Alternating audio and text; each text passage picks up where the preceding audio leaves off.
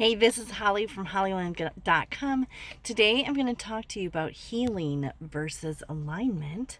And I have 3 points that go along with that. But before I do, please hit subscribe so you can stay updated on all the other amazing things we talk about here. Thanks so much for being here. Okay, this is kind of how I roll with my videos. I don't do a ton of planning, and I have my videos written down on my kids' McDonald's bag. Yes, we eat McDonald's. We do. They do. We do. I will have to deal with that later. If you are a health nut, you can maybe just probably, well, you may not like me because we're pretty real. All right. So healing versus alignment. 3 things surrounding that. In human design, which there's the playlist, what's this human design stuff? It's right there. In human design, there's this idea that we moved from 7-centered chakra beings to 9-centered chakra beings around the end of the 1700s, 1780 something. And that's when our life expectancy actually increased. And we left being in fight or flight mode. So we kind of left just the old hunter tribal kind of mentality and evolved into something different. And Ra, the other day I read a quote from him. He is the guy. Ra had said that the focus actually is on alignment and not healing. That a healing focus keeps us in a 7-centered type of fight or flight mentality. I think I'm understanding him correctly. Could be wrong. And alignment is really our evolved state. And so, you know how much I love therapy. Totally love it. I put together a list of 3 things three reasons why we might want to focus on alignment over healing. And I realize you can do both. Totally realize it. Just this concept was rolling around in my head, and I felt like I had to tell you about it because maybe you have something for me that you're wanting to share. And this video is going to help bring it out. I'm not sure. All right. So, number 1, you can work on your alignment right here and right now, immediately. No previous experience or anything else required, in all honesty. Healing takes time. So much time. And alignment is something that you can learn to do. And yeah, it takes time, but we actually have access to it right in the moment. Or for some of you, when you wake up the next day. Or for some of you, a full moon cycle. So in human design, there's this concept that you are your own authority. That you do not need anyone else outside of your own body to help keep you alive and bring you satisfaction, peace, success, joy, I think is the other one. And so we do that by learning how to make accurate decisions for ourselves.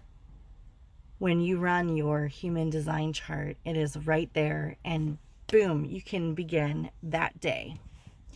So in my playlist, you'll see some videos, and you can explore on your own some of the there's like 5 or 6 different types of way people can make decisions.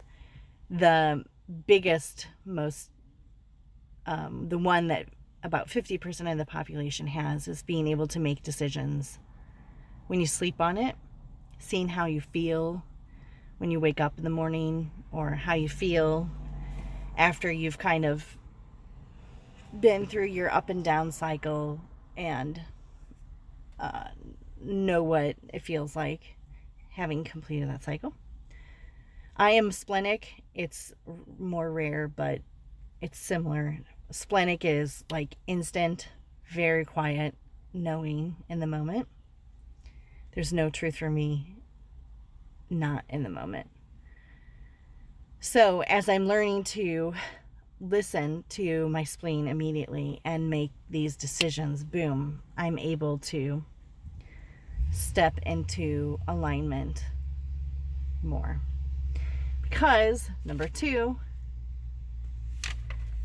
when you're in alignment, it's so much easier to heal. Because if you're trying to heal when you are out of alignment, you're actually still damaging yourself. So you just have more trauma or hurt layered upon more hurt, layered upon more hurt, layered upon more hurt. So really, the focus is getting in alignment and making those decisions that are right and exactly in alignment with your style of how you make decisions. Which, by the way, it's never the mind. So a shortcut to that. Our brain is not useful for making decisions for ourselves.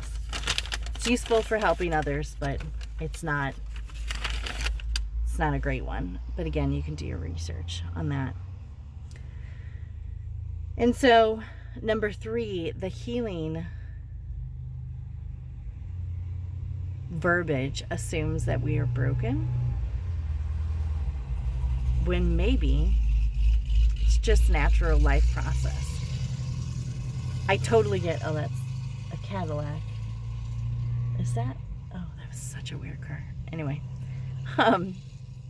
So, I get trauma. Totally understand it. Oh my God.